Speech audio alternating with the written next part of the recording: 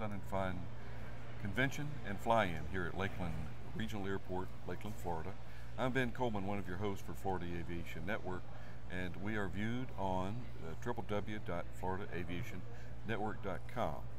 If you'd like to see this and many other shows that we have involving aviation safety and just the industry in general. Here at Sun and Fun, at this site that we have here at the museum, we are always just rich with guests and vendors and suppliers and folks that bring things to the aviation industry that really make a difference. And one of those folks that we have here today is Mr. Steve Purello. Steve, welcome to the site. Hey, good morning. Thanks for having me, Ben. And Steve is with an outfit actually called Angel Flight. And Steve's going to share with a little bit about what Angel Flight does, what it doesn't, and what it can do with your assistance and your acknowledgement. But Steve, tell us a little bit about Angel Flight Southeast and how that varies from Angel Flight Southwest. Sure, thank you. Angel Flight Southeast is a group of 650 pilots that donate their time, their fuel, their airplanes to be able to fly sick passengers when they have to go hundreds of miles for the treatment that they need. And that connects into the Air Charity Network, the national network. So yes, there's 6 other Angel Flights across the country that when we have to go longer distances, we can be able to connect with those and get them to fly longer distances. And this is flying longer distances for what? Well, you know, these are diseases that people are getting that they have an unusual cancer that there's no cure within hundreds of miles. And they may get on this clinical trial to be able to get the help that they need. And they're not going just once or twice, they need to go 50, 60, 200 times. There's literally one kid that needs 300 surgeries over the last number of years.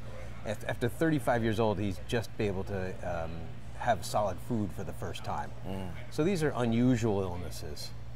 And Steve, how do you go about these flights? Because I know that these, we all hear about aircraft charters, we hear about aircraft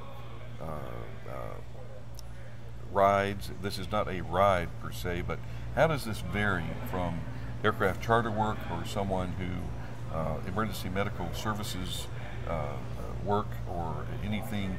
How does this plug into the system of making the system work, and how you use your volunteer organization to plug that into the big system?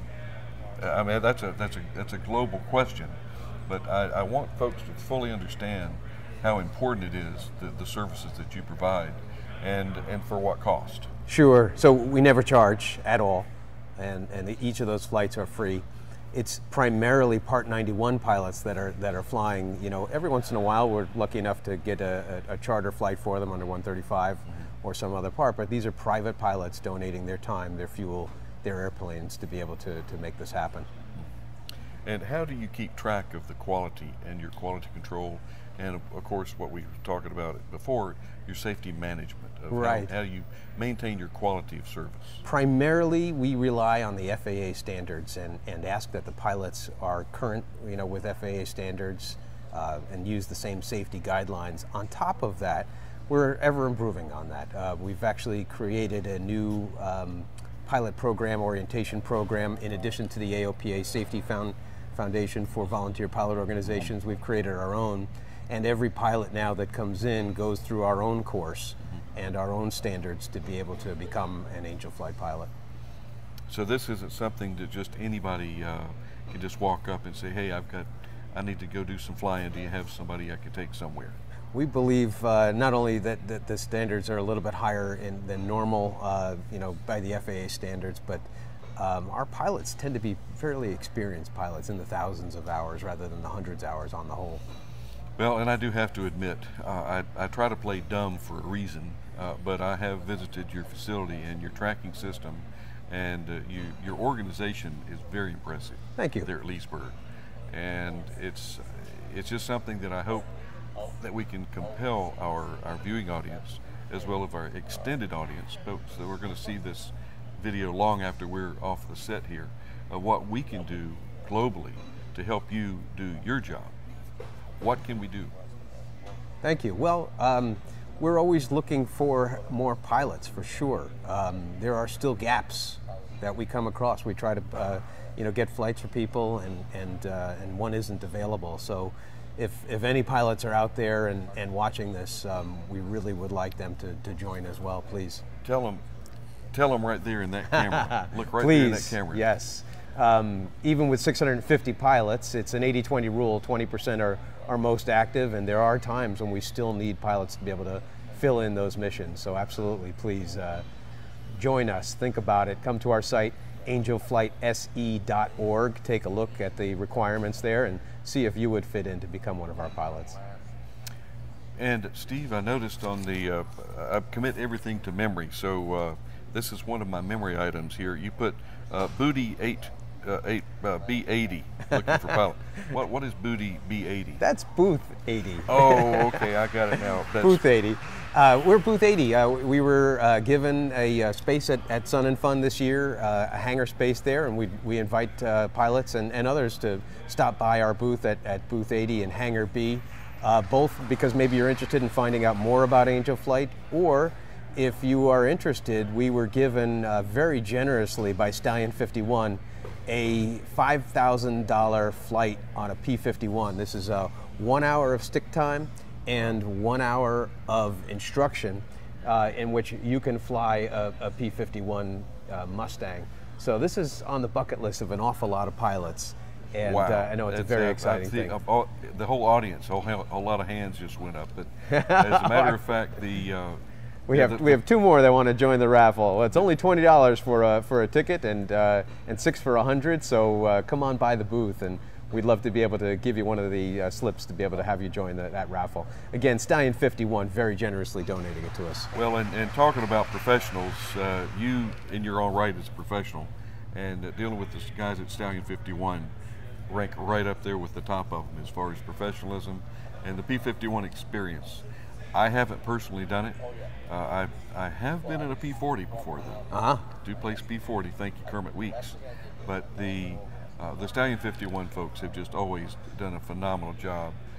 Safe, professional, and the hour of ground, I think, would be just as exciting as the hour of flight in the airplane with Lee and his crew, the Stallion 51. And my understanding is Lee actually has the most P-51 time of any Mustang pilot in the world. So they are a very experienced crew. And Sunday afternoon at the Stallion 51 Corral at Sun and Fun, we will be drawing that ticket for the winner. That's this Sunday? Sunday. And that's April the 10th. Number 10, okay.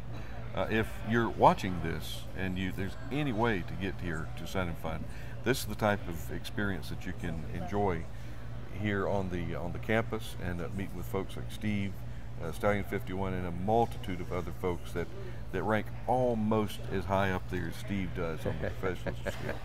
But we also want to recognize those pilots that have done exceptional service for you, and I believe you have an awards opportunity coming up. We do on Friday at River Ranch, one of the greatest fly-ins, I believe, in the country.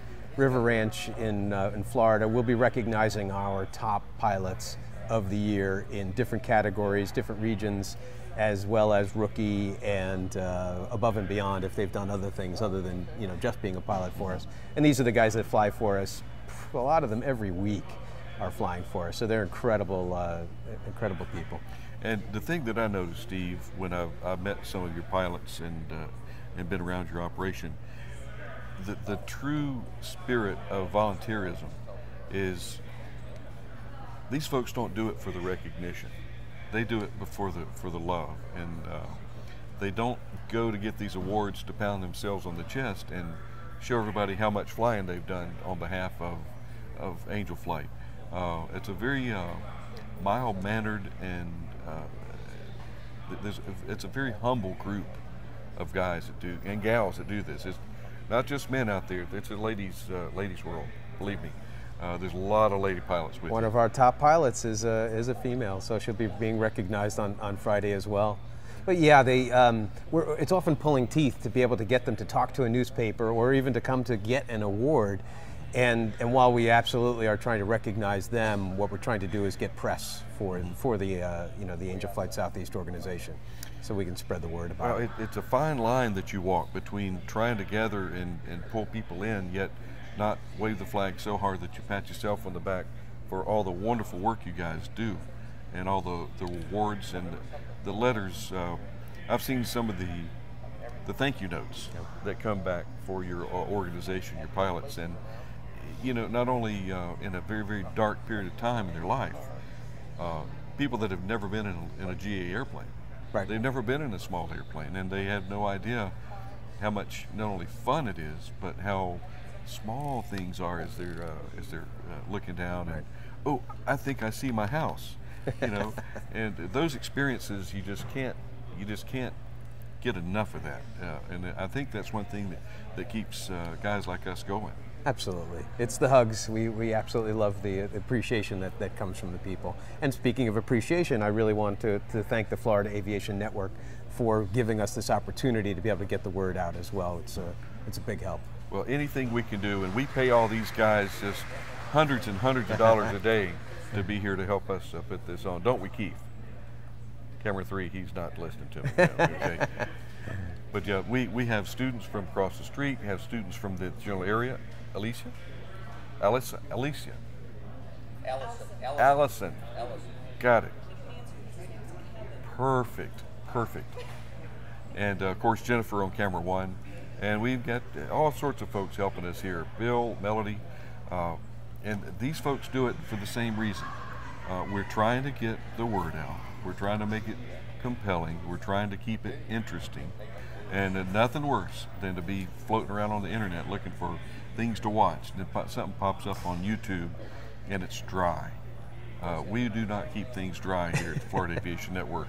It is wet entertainment we have here, guys. As a matter of fact, you guys were out at our 5K run just last week. We shut down runway 1331 at Orlando Executive Airport. We had about 500 people come out and get an experience of being on a general aviation airport like Orlando Executive, and the Florida Aviation Network was there and filming and put together some nice clips. Obi, I really appreciate your time and bringing the crew out, so thank you.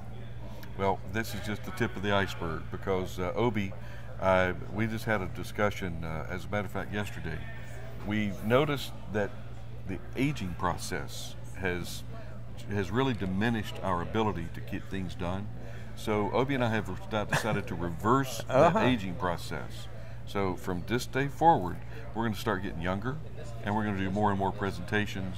And he's out in the production truck about to pass out right now, saying, I can't believe he's saying this. But that's really, our hearts are still 20 years old. Wish the rest of us were. Yeah, I know the but feeling. we are gainfully looking for folks to replace us. I am, for the first time in my life, and you're always working your way up, Keith, Allison, you're going to be there as well, where you just hope to get that break, and you're very, very guarded of your information. Well, now when you get past that certain age, it's time to turn that information over. It says, I want somebody to replace me. I'm not the big figure anymore, and you guys will get there. But I'm looking so far down the road of, we need some replacement. We need some young guys. You need some new pilots. Yeah. What are we doing, Steve, to generate this new crop, this new generation of pilots? Light sport aircraft is one way to get into the market. We have home builders. It's another way to get into the market, affordable. There's a glider, sailplanes, perfect place to start your career. Get a couple hours in a glider. It will set the hook for life. But what else can we do, Steve, to get these folks to the next crop, the next generation of pilots?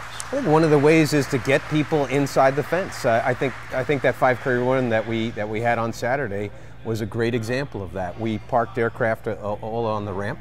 They were able to climb inside, take a look, see what it was like to be inside a general aviation aircraft, be able to see that we're not doing anything secret behind that fence, and that it's a really great place. And I do believe that, out of 500 people, you'll see some of those people that are inspired to become a pilot. just from that one visit. Absolutely. We had a 9-year-old girl that won the race. She smoked everybody. I mean, she was like this tall, and she, from the moment she took off, she came around that course, and I think she was 5th overall, right? Wow. So she beat most of the men, and she came in first place for the women's, and it was incredible. But that little girl, for sure, she's going to remember being on that airport and not just having run a 5K on the street and have that interest. Well, Steve, back in the day, we had folks called the fence hangers. Uh-huh. You know the fence hangers? You go up on the chain link fence and you're hopefully not like St. this. Martin anyway. That's a bad sight picture for the TV, but you're literally just on the chain link fence hanging, looking through. And any time, and this is more geared toward the professionals out there, you're on the inside of the fence and you see somebody hanging on the outside of the fence, do whatever you can to invite them around, even if it takes 5 or 10 minutes. Don't look inside your airplane. Exactly. Ask them a question and just set the hook. And too many times in this business, we have folks, kids want to go up and they want to touch something. Mm-hmm. Or can I move the controls? And you've got some old timer like you and me sitting there saying, no, don't touch the control. Absolutely not. No, do this. See what that does? Look out there on the wing. Oh. And we let the folks actually look, touch, and feel the airplanes without hurting them. There's a way to do it, but you got to teach them. And I know that if we put our heads together, we can get more folks or young kids involved in this if they think they can actually do something rather than just go and don't touch that Johnny Sure. or Susan.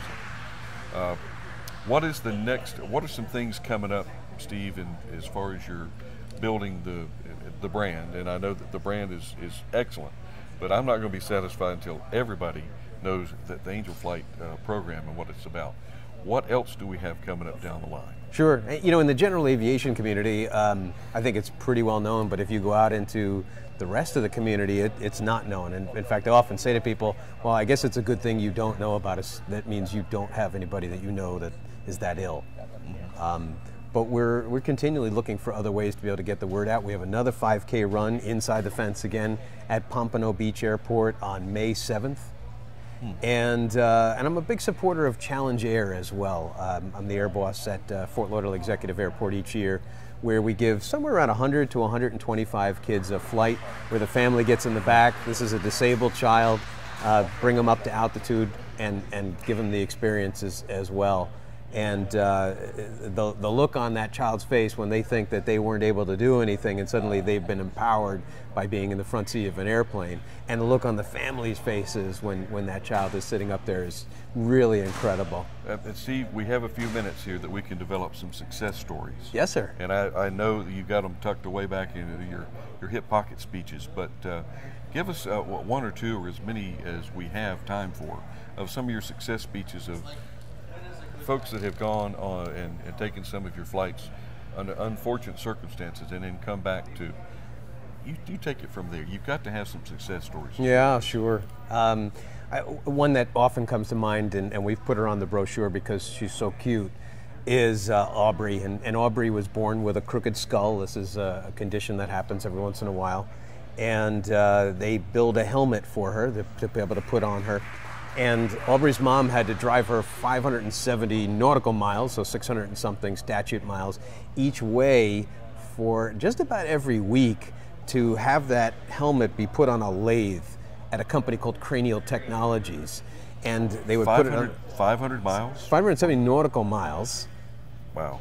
And so she broke down in the Everglades a couple of times in her 15-year-old plus car before she found out about Angel Flight Southeast and our pilots.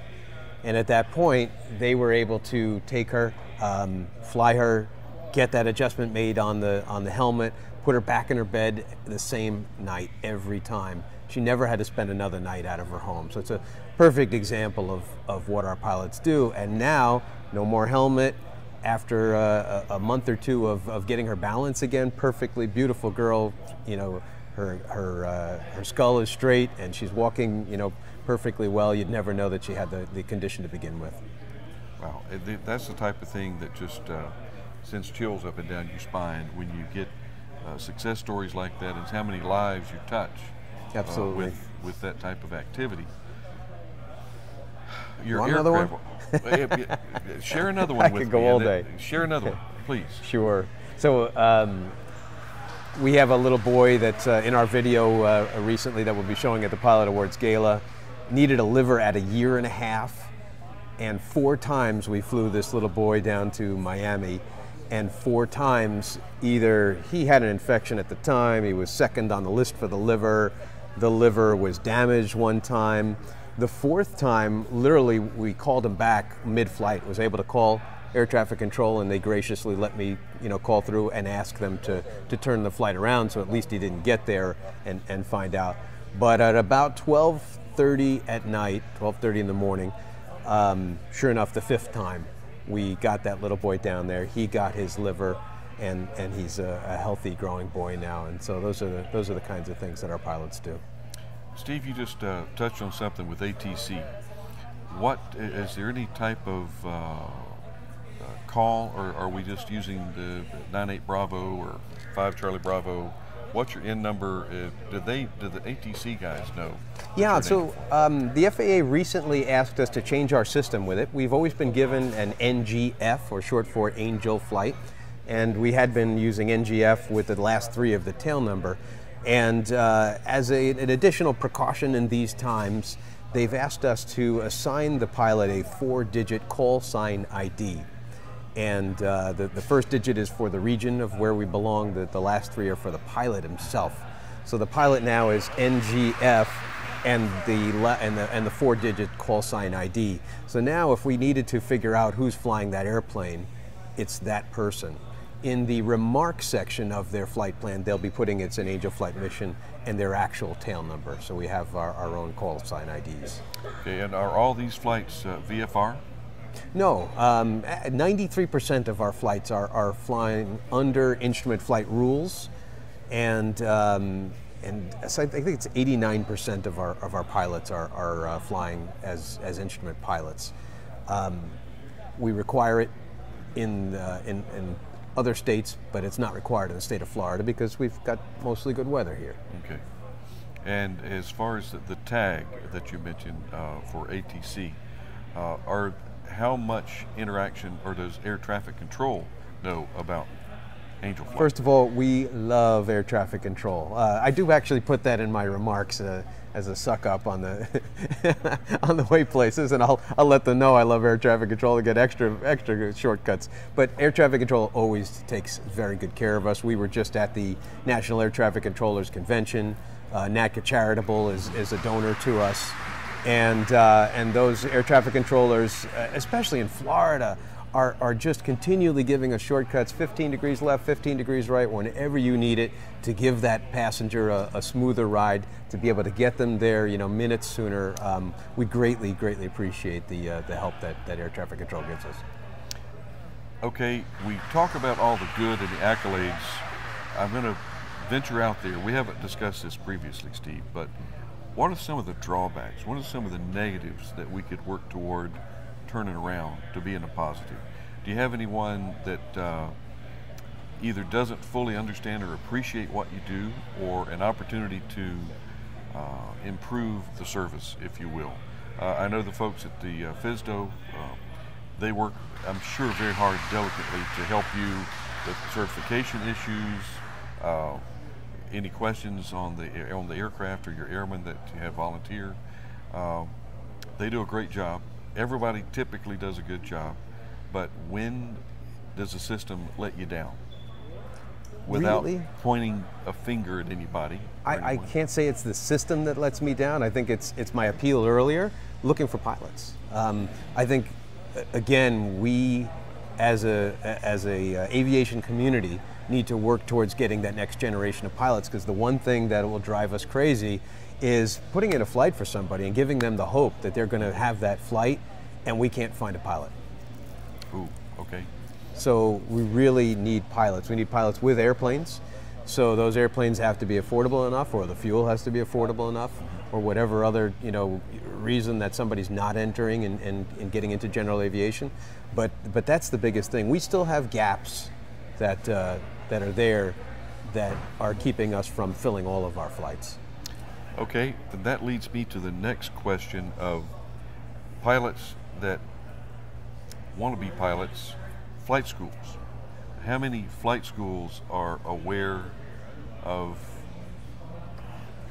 how do you offer yourself to a flight school as far as giving the outlet to some of the either pilot wannabes or the pilot soon-to-bes to come out and bridge that gap of what, you know, your number one problem is pilots. So if we go to where the pilots are made and try to plug them in, how much effort is, or there's only X amount of Steve to go around. And I know that you need to be going out and doing charity work and doing the relays and the runs, but how can we bridge that gap to get to the flight schools to let that be one of their students' pinnacles of, I want to be an Angel Flight pilot? I think it's one of the ways. We certainly get those calls from newly minted pilots that have hit their 60 or 80 hours, and we get a phone call right away saying I'm interested. Of course, they don't meet the minimum threshold and shouldn't. I mean, I think the FAA decided 250 hours was a good minimum threshold because that's when you start to not only get used to the aircraft, but maybe some distractions that are going on inside the aircraft. And I think it's tough being in the flight school business where your margins are very thin, and it may be difficult to be able to give too many hours of wet time away for somebody to fly an aircraft. So it probably goes back to the same issue: how do we make flying more affordable so more people can do it? Because some of these student pilots that are coming up, they're fortunate enough to have not only the funds to get their pilot rating, but if they've got the funds to get the pilot rating, maybe they have some funds to come up with an airplane and build their time record, their experience, how to work side by side, maybe a Angel Flight cadet program to where they go in and hang out with a real Angel Flight pilot. Just because I know that there's folks out there that would just love to be part of it, and they just try to figure out how. Yeah, I think Mark Baker's push on the clubs is a very good step in that direction, and having flying clubs does make it more affordable. And if the mission is to be able to give back and do things like an Angel Flight Southeast mission, of that flying club, I think that's a great way to think about it.